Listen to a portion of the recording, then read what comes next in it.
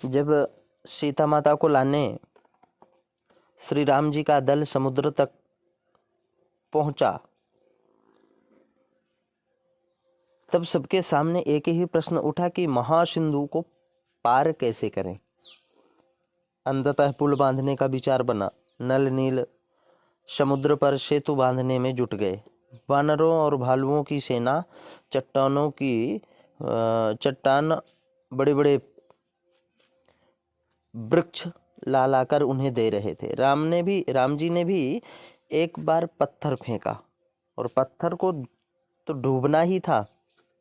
तो पत्थर को डूबते देखकर राम ने हनुमान जी को संकेत पूर्वक अपने पास बुलाए और उनसे विस्मय से पूछा कि पवन पुत्र हनुमान, लोग कहा करते हैं कि आप जिसका हाथ पकड़ते हैं वह तर जाता है, फिर आखिर यह पत्थर क्यों डूब रहा है। हनुमान जी ने बड़े नम्रता से, चूंकि ज्ञानी नाम अग्रगण्यम है,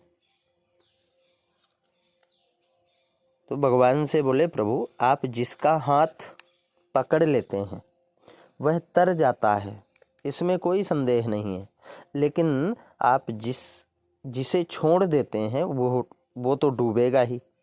इस पत्थर की तरह इसमें संदेह जैसी क्या बात है। तो भगवान जिसको पकड़ते हैं वो डूबता नहीं, और भगवान जिसको छोड़ देते हैं वही डूबता है। इसलिए अपने कर्मों को ऐसा बनाओ कि भगवान हमें हमेशा पकड़े रखें।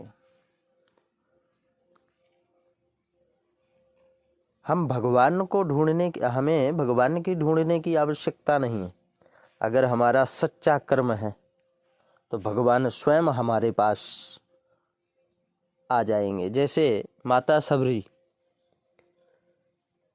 कहीं ढूंढने नहीं गई, भगवान स्वयं पूछते पूछते माता सबरी के पास आए। हालांकि सबरी के आसपास पे रहने वाले साधु संत भी कई बार हंसते थे कि भला राम जी यहाँ क्यों आएंगे, लेकिन जब आए तो पूरा संसार देखा, दुनिया देखी, और आज वो कहानी बन गई। पुस्तक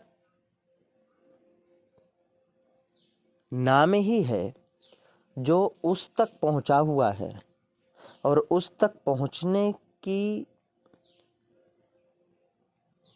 कथा को ही पुस्तक कहते हैं। पुस्तक में छापा गया है जो उस तक पहुंचा है, उस तक पहुंचने की कहानी ही पुस्तक में है। इसलिए सच्चा कर्म करने से भगवान स्वयं अपने भक्त को ढूंढते ढूंढते आ ही जाते हैं, और जब छोड़ते हैं